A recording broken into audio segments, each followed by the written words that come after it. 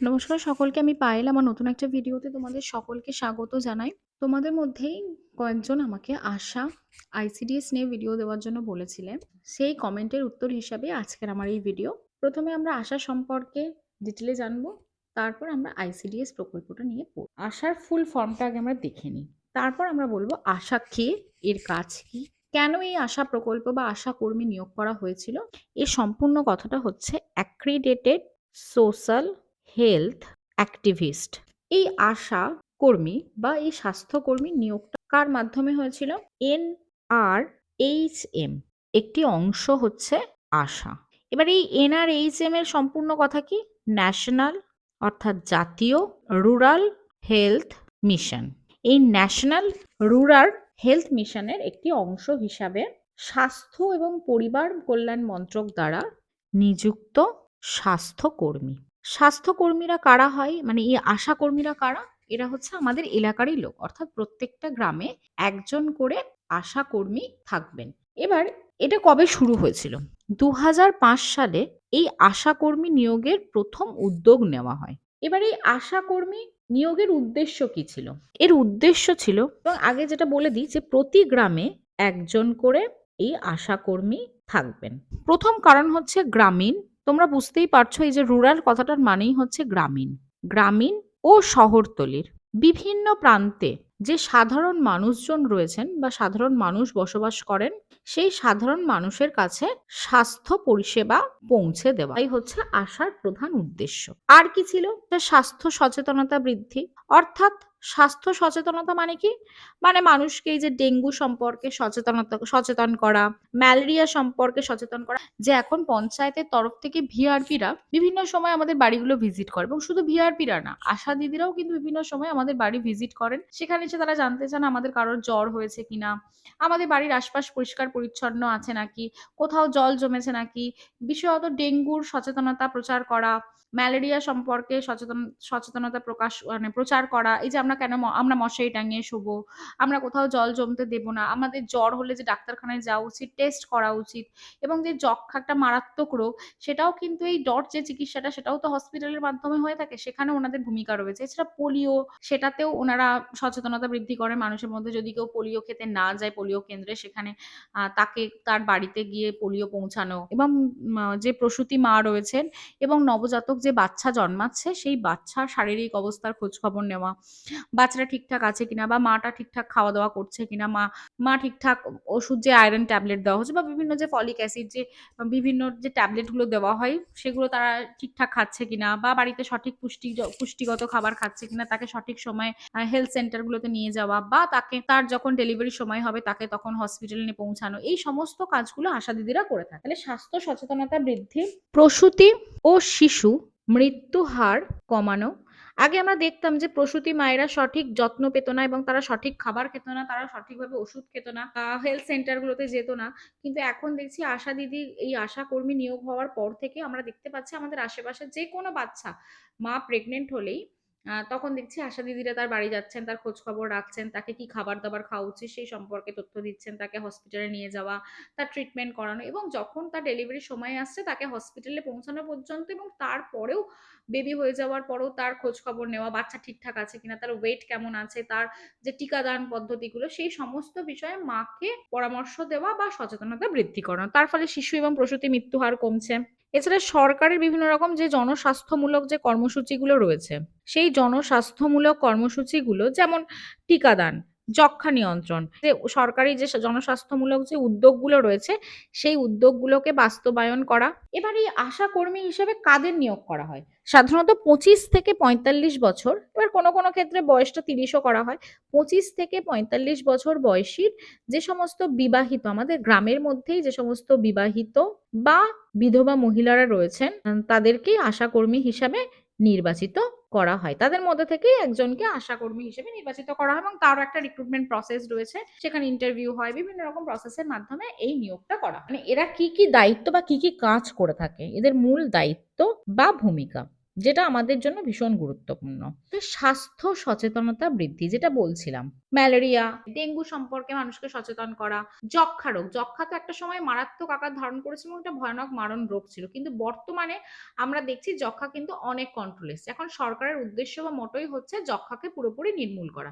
যাদের যক্ষ্মা হচ্ছে তারা যেন ডট চিকিৎসাটা করে, অর্থাৎ যে হসপিটালে ৬ মাসের যে বা ১ বছরের যে কোর্সটা হয় সেটা যেন কমপ্লিট করে। দ্বিতীয়ত হচ্ছে স্বাস্থ্য পরিষেবা পৌঁছে দেওয়া। প্রসূতি মায়েদের যত্ন নেওয়া, যেটা বলছিলাম। তাদের যে ওষুধগুলো সেগুলো সঠিক সময়ে মায়ের হাতে পৌঁছে দেওয়া, বা যাতে মায়েরা কি ধরনের খাবার খাবে সেগুলো তাদেরকে জানানো, তাদেরকে হেলথ সেন্টারে নিয়ে যাওয়া, তাদের যখন ডেলিভারির সময় হবে তাদেরকে হেলথ সেন্টারে নিয়ে যাওয়া, এবং তারপর বাচ্চা জন্মাবার পর বাচ্চাটার যে টিকা সম্পূর্ণ যে ৫ বছর পর্যন্ত যে টিকাগুলো হয় সেই টিকাগুলোর টোটাল তথ্য আশাদিদিদের কাছে থাকেন এবং ওনারাই বিভিন্ন সময় তাদেরকে খবর দিয়ে থাকেন যে তোমার বাচ্চার এই আজকে টিকা হবে বা এই আজকে ভ্যাকসিনেশন আছে, তুমি তোমার বাচ্চাটাকে নিয়ে হসপিটালে যেও। আশা দিদিরা এই সমস্ত খবরগুলো আমাদের কাছে পৌঁছে দেন। এবং পোলিওর সময় যেটা বললাম যে আমাদের যে পোলিও সেন্টার গুলো হয়, যেগুলো অনেক সময় আইসিডিএস সেন্টারে পোলিও খাওয়ায়, হেলথ সেন্টার গুলোতেও পোলিও খাওয়ানো হয়। তো যে পোলিও সেন্টার গুলো হয় সেখানে যদি কেউ পৌঁছাতে না পারে বা তারা যদি না জানতে পারে, সেক্ষেত্রে আবার তাদের বাড়িতে গিয়ে পোলিও খাওয়ানো। এছাড়া রয়েছে যে স্বাস্থ্য পরিষেবা যারা পাচ্ছেন তাদের একটা তালিকা তৈরি করা, টিকাকরণ করা, টিকাকরণ, যে সমস্ত রোগীরা রয়েছে যারা ভীষণভাবে অসুস্থ বা প্রসূতি তাদের যত্ন নেওয়া, নবজাতকের যত্ন নেওয়া, এগুলো হচ্ছে আশা দিদিদের দায়িত্ব। তাহলে এই হচ্ছে আশা প্রকল্প। তোমরা নিশ্চয়ই আশা করছি আশাটা বুঝতে পেরেছো। তাহলে আশা প্রকল্পটা কবে শুরু হয়েছিল? ২০০৫ সালে এর উদ্যোগ নেওয়া হয়েছিল। কেন? তার কারণ হচ্ছে এমন একজন স্বাস্থ্য পরিষেবার সঙ্গে, যাতে কি হয়, আগে কি হতো, হেলথ সেন্টার গুলোতে মানুষ যেত না, মানুষ জানতেই পারতো না যে কবে তার ভ্যাকসিনেশন আছে, কি আছে, ডেট পেরিয়ে যেত, তারপরে যখন হসপিটালে গিয়ে পৌঁছাতো। তাহলে মানুষকে সরকারি প্রকল্পে যে স্বাস্থ্য পরিষেবা মানে পৌঁছে দেওয়া, তার জন্য একটা মিডিয়ামের প্রয়োজন ছিল যারা একদম তৃণমূল স্তর থেকে আসবে। তো সেই কারণের জন্যই কিন্তু এই আশা প্রকল্প, আইসিডিএস প্রকল্প, এই আইসিডিএস প্রকল্পটা কেন শুরু করা হয়েছিল? আমাদের নারী এবং শিশু উন্নয়ন মন্ত্রণালয় শিশুদের কল্যাণ, বিকাশ এবং সুরক্ষার জন্য বিভিন্ন সময় বিভিন্ন প্রকল্প নিয়ে থাকেন। তাদের মধ্যে একটা প্রকল্প হচ্ছে এই আইসিডিএস প্রকল্প। আইসিডিএস এর সম্পূর্ণ কথা কি? Integrated child development services. Integrated child development services, বাংলায় কথা হচ্ছে সুসংহত শিশু সেবা প্রকল্প।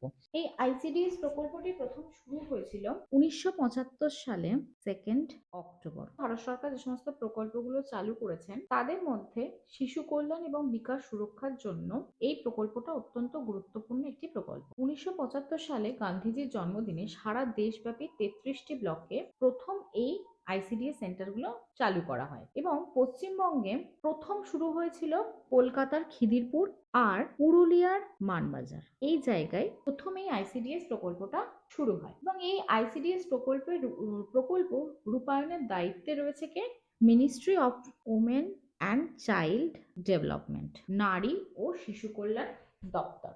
এই আইসিডিএস প্রকল্পের উদ্দেশ্যগুলো কি ছিল? কেন এই আইসিডিএস প্রকল্প শুরু করা হলো? প্রথমে আগে আমরা উদ্দেশ্যটা দেখে নিই। 0 থেকে 6 বছর বয়সী শিশুদের বিকাশ সাধন, অর্থাৎ তাদের পুষ্টি দেওয়া, স্বাস্থ্যের উন্নতি করা, শিশুর শারীরিক, মানসিক ও সামাজিক উন্নয়ন, মৃত্যুহার কমানো, বিভিন্ন রোগ ব্যাধি, অপুষ্টি কমানো, হচ্ছে সঠিক পুষ্টি এবং স্বাস্থ্য শিক্ষার মাধ্যমে শিশুর স্বাভাবিক স্বাস্থ্য এবং পুষ্টিগত চাহিদাগুলির যত্ন নেওয়ার জন্য মায়েদের দক্ষতা বাড়ানোর জন্য যে ব্যবস্থা গ্রহণ করা হয় সেটাই হচ্ছে এই আইসিডিএস প্রকল্প। এবার এই আইসিডিএস প্রকল্পের অধীনে সুবিধাভোগী কারা, মানে কারা এই আইসিডিএস প্রকল্প থেকে সুবিধা পাচ্ছে? 0 থেকে 6 বছরের শিশু, অর্থাৎ প্রাক প্রাথমিকে আসার আগে যে সমস্ত শিশুরা থাকছে তারা, গর্ভবতী মহিলা অর্থাৎ প্রেগনেন্ট যে সমস্ত মহিলারা রয়েছেন তারা এই প্রকল্পের অধীনে থাকবে। এই আইসিডিএস প্রকল্পের অধীনে কি কি কাজ করা হয়? আইসিডিএস প্রকল্পের অধীনে কি কি দেওয়া হয়? সাপ্লিমেন্টারি নিউট্রিশন, অর্থাৎ পুষ্টি প্রদান করা হয়। Pre school non formal education, অর্থাৎ মানে প্রাক প্রাথমিকে যাওয়ার আগে তার যে প্রি এডুকেশনটা সেটা কিন্তু এই আইসিডিএস সেন্টারে দেওয়া হয়। এছাড়া নিউট্রিশন এবং হেলথ এডুকেশন, অর্থাৎ তাদের যে পুষ্টি, যেটা আইসিডিএস এ খাবার দেওয়া হয়, এবং হেলথ এডুকেশন মানে তাদের শিক্ষা স্বাস্থ্য সংক্রান্ত বিভিন্ন বিষয় দেখা হয়, মানে বাচ্চাটার ওয়েট করানো, মাঝে মাঝে তার হাইট চেক করা, তার কোনো রকম কোনো সমস্যা আছে কিনা সেটা মায়েদের সাথে কথা বলা, এই সমস্ত কাজগুলো করে থাকেন। এছাড়া টিকাদান বা ইমিউনাইজেশন, তাদের হেলথ চেক আপ, এই সমস্ত জিনিসগুলো বা রেফারেল সার্ভিস, অর্থাৎ তাদের মধ্যে কেউ যদি অসুস্থ থাকে বা কোনো সমস্যা থাকে তাকে হেলথ সেন্টারে নিয়ে যাওয়া বা আশা দিদির সঙ্গে যোগাযোগ করিয়ে দেওয়া, এই বিভিন্ন কাজগুলো আইসিডিএস প্রকল্পের অধীনে করা হয়ে থাকে। এই আইসিডিএস প্রকল্পের লক্ষ্যগুলো কি ছিল, কেন এই আইসিডিএস প্রকল্প চালু করা হয়েছিল? এই আইসিডিএস প্রকল্পের উদ্দেশ্য ছিল শিশু মৃত্যুর হার কমানো, অপুষ্টি দূর করা, শিশুর সম্পূর্ণ বিকাশ সাধন। তাহলে কি কি করা হয়, সেটা হচ্ছে 0 থেকে 6 বছর বয়সে শিশুদেরকে পুষ্টি প্রদান করা হয়, তাদেরকে শিক্ষা প্রদান করা হয়, তাদের ইমিউনাইজেশনের ব্যাপারটা দেখা হয়, তাদেরকে স্বাস্থ্য সংক্রান্ত বিভিন্ন বিষয়গুলো দেখা হয় এবং রেফারেল পরিষেবাও এর সঙ্গে যুক্ত রয়েছে। হচ্ছে গর্ভবতী এবং প্রসূতি মায়েদের ক্ষেত্রেও কিন্তু পুষ্টিকর খাবার দেওয়া হয়। 3 বছরের শিশুদের যাতে, যাদের 3 বছরের নিচে যে সমস্ত শিশুরা রয়েছে তাদেরকে কথাবার্তা শেখানো, আর 3 থেকে 6 বছরের মধ্যে তাদেরকে বিভিন্ন রকম ছড়া গানের মাধ্যমে শিক্ষা দেওয়া, বিভিন্ন যে ছবিগুলো এখন আইসিডিএস সেন্টারগুলোতেও তোমরা যদি যাও, যেমন প্রাইমারি স্কুলগুলোর ক্ষেত্রে আমি বলি না, প্রাইমারি স্কুলগুলো এখন টিএলএম হিসেবে কাজ করছে, তেমনি আইসিডিএস সেন্টারগুলোও যদি তোমরা যাও, ভীষণ সুন্দর সাজানো গোছানো যে আরআইডিএফ এর অধীনে যে আইসিডিএস সেন্টারগুলো হচ্ছে, সেখানে কি কি থাকে জানো তো? একটা হচ্ছে স্টাডি রুম, মানে যেখানে ক্লাস হবে, একটা হচ্ছে স্টোর রুম থাকবে, একটা রান্নাঘর থাকবে, টয়লেটের ব্যবস্থা থাকবে, কল থাকবে, সমস্ত সুন্দর একটা আইসিডিএস সেন্টার হয়। এবং সেখানে তোমরা যদি গিয়ে দেখো, বিভিন্ন ধরনের ছবি আঁকা আছে, অর্থাৎ ছবির মাধ্যমে এখানেও শিক্ষা দেওয়া হয়। তার সাথে সাথে যিনি আইসিডিএস দিদিরা রয়েছেন, তারা কি করেন, তারা বিভিন্ন রকম ছড়া গানের মাধ্যমে বাচ্চাকে শিক্ষা দিয়ে থাকে। মানে আইসিডিএস এই যে প্রকল্পটা তৈরি করা হলো, তার গঠনটা আগে আমরা দেখে নিই। মানে গ্রাম স্তরে, গ্রাম স্তরে কারা কাজ করে, মানে একদম নিচু স্তরে যারা কাজ করেন তাদেরকে আমরা বলি অঙ্গনারী কর্মী বা সহায়িকা। মানে আইসিডিএস কর্মী সহায়িকা। আইসিডিএস কর্মীর কাজ কি? বাচ্চাদেরকে পড়ানো থেকে শুরু করে তাদেরকে তাদেরকে বিভিন্ন রকম অক্ষর চেনানো, তাদেরকে ছড়ার মাধ্যমে পড়ানো, তাদেরকে খেলানো, এই তাদের শারীরিক মানসিক যে বিকাশের যে সাহায্য করেন তিনি হচ্ছেন আইসিডিএস কর্মী। এবং তার সাথে সাথে বাচ্চার স্বাস্থ্য পরিষেবা, মানে স্বাস্থ্য ঠিকঠাক আছে কিনা দেখা, পুষ্টি ঠিকঠাক পৌঁছাচ্ছে কিনা দেখা, সমস্ত বিষয়টা তিনি করে থাকেন। এবং তাকে যিনি সহায়তা করেন তিনি হচ্ছেন সহায়িকা। তার কাজ হচ্ছে রান্না করা, যদি কোনো কারণে আইসিডিএস দিদি না এসে থাকেন তো তিনি বাচ্চাদের প্রাথমিক পড়াশোনার দায়িত্বও নিয়ে থাকেন, অনেক সময় তিনি ছড়ার মাধ্যমে পড়ান। বিশেষত রান্না করা, পুষ্টিকর খাবারটা বাচ্চা এবং বাচ্চার মায়ের কাছে বা গর্ভবতী মহিলার কাছে পৌঁছে দেওয়া। গ্রাম পঞ্চায়েত স্তরে কে আছেন? গ্রাম পঞ্চায়েত স্তরে রয়েছে আইসিডিএস সুপারভাইজার, মানে যিনি এই আইসিডিএস কর্মী এবং সহায়িকাদের সমস্ত কাজগুলো দেখাশোনা করেন, তিনি হচ্ছেন আইসিডিএস সুপারভাইজার। এবার এই ব্লক স্তরে কে আছেন? এই আইসিডিএস সুপারভাইজারদের উপরে আছে সিডিপিও, যিনি আইসিডিএস সুপারভাইজারদের মাধ্যমে সমস্ত আইসিডিএস সেন্টারগুলো, তার ব্লকের অধীনে যে সমস্ত আইসিডিএস সেন্টারগুলো রয়েছে সেগুলো ঠিকঠাক চলছে কিনা, সেখানে ঠিকঠাক পুষ্টি পরিষেবা দেওয়া হচ্ছে কিনা সেই খবরগুলো পেয়ে থাকেন। সিডিপিওর ওপরে রয়েছেন ডিপিও, অর্থাৎ ডিস্ট্রিক্ট প্রোগ্রামিং অফিসার, এবং তার ওপরে হচ্ছে আমাদের রাজ্যে নারী শিশু কল্যাণ দপ্তর। আইসিডিএস ওয়ার্কার মানে আইসিডিএস কর্মী, আইসিডিএস হেল্পার মানে সহায়িকা। আইসিডিএস ওয়ার্কারের কাজ হচ্ছে সাধারণ মানুষের সঙ্গে, বিশেষত মায়েদের সঙ্গে তার যোগাযোগ রাখা, এলাকা চিহ্নিতকরণ, জনগণনা, বিভিন্ন যে সরকারি পরিষেবাগুলো, যেটা স্বাস্থ্য সংক্রান্ত হতে পারে বা পুষ্টি সংক্রান্ত বিভিন্ন পরিষেবা কারা পাচ্ছে কারা পাচ্ছে না তাদেরকে তালিকাভুক্ত করা। কত দরিদ্র পরিবার রয়েছে যে মানে যারা এই বিষয়গুলো সম্পর্কে জানে না, তাদেরকে এই বিষয়গুলো সম্পর্কে জানানো এবং তাদেরকে এই পরিষেবার, মানে এই যে আইসিডিএস প্রকল্পের আওতায় আনা। এছাড়া জন্ম মৃত্যুর নথিভুক্ত করা, সাধারণ মানুষ বিশেষত মায়েদের সঙ্গে যোগাযোগ রাখা, মানে তাদের বাচ্চারা ঠিকঠাক আইসিডিএস সেন্টারে আসছে কিনা, খাবার ঠিকঠাক পাচ্ছে কিনা, বা যে গর্ভবতী মহিলা রয়েছে তার বাড়িতে ঠিকঠাক পুষ্টিটা পৌঁছাচ্ছে কিনা সেগুলো। জনগণনার কাজে তিনি সাহায্য করেন। জন্ম মৃত্যুকে নথিভুক্ত করা, জনগণনার কাজে ওনারা হেল্প করে থাকেন। হচ্ছে বিভিন্ন রকম যে পরিষেবাগুলো রয়েছে সেই পরিষেবাগুলো মানুষের কাছে পৌঁছে যাওয়া, যারা পাচ্ছে না তাদেরকে সেই পরিষেবার আওতায় আনা। গ্রামের বিভিন্ন যে সমস্ত মানুষজন রয়েছে, পঞ্চায়েত সদস্য, স্বাস্থ্যকর্মী রয়েছে, আশা দিদি রয়েছে, তাদের সঙ্গে যোগাযোগ রাখে। এবার তার আর কি কি কাজ আছে? যে খাবারগুলো তৈরি হচ্ছে, যে সাপ্লিমেন্টারি নিউট্রিশন যেটা তৈরি হচ্ছে বা পুষ্টিকর খাবার, সেটা বাচ্চাদের কাছে পৌঁছে দেওয়া, মা গর্ভবতী মায়েদের কাছে পৌঁছে দেওয়া। তারপরে হচ্ছে শিশুদের প্রতি মাসে শিশুর ওজন নেওয়া এবং শিশু ঠিকঠাক তার বৃদ্ধি হচ্ছে কিনা, তার বিকাশ হচ্ছে কিনা সেই বিষয়ে নেওয়া। বাড়িতে তার খাদ্যাভ্যাস কি আছে, তার কিভাবে যত্ন নেওয়া প্রয়োজন সেটা মাদেরকে সেই বিষয়ে দেখানো। যদি কোনো মা বা শিশু অসুস্থ হয় তাকে হসপিটালে নিয়ে যাওয়া।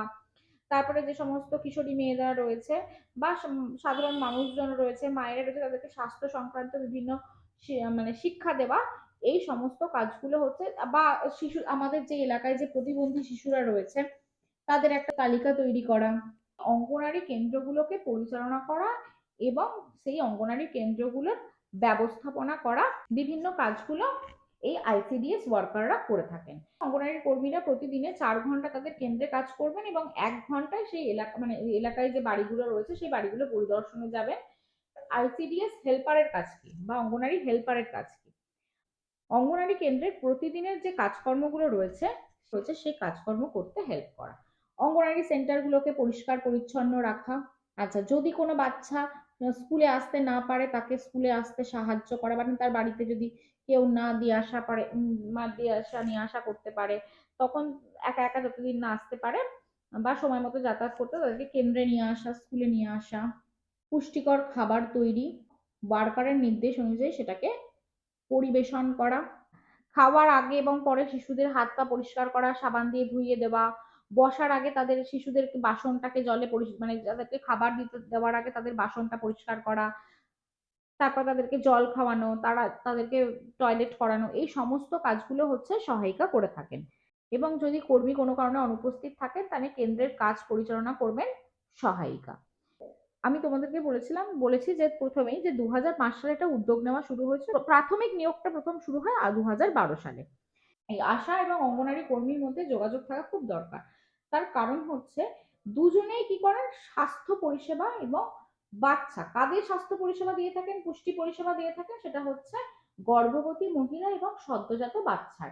তাহলে এই যে দুজনের মধ্যে যদি যোগাযোগ না থাকে, তাহলে কোথায় বাচ্চা, কার বাচ্চা হচ্ছে, কোন বাড়িটায় বাচ্চা হচ্ছে এবং তার ভ্যাকসিনেশন হচ্ছে কিনা, তার শারীরিক অবস্থা কেমন, এই সমস্ত বিষয় যেমন আশা দিদির কাছে নথিভুক্ত থাকা প্রয়োজন, তেমনি আইসিডিএস দিদির কাছেও নথিভুক্ত থাকা প্রয়োজন।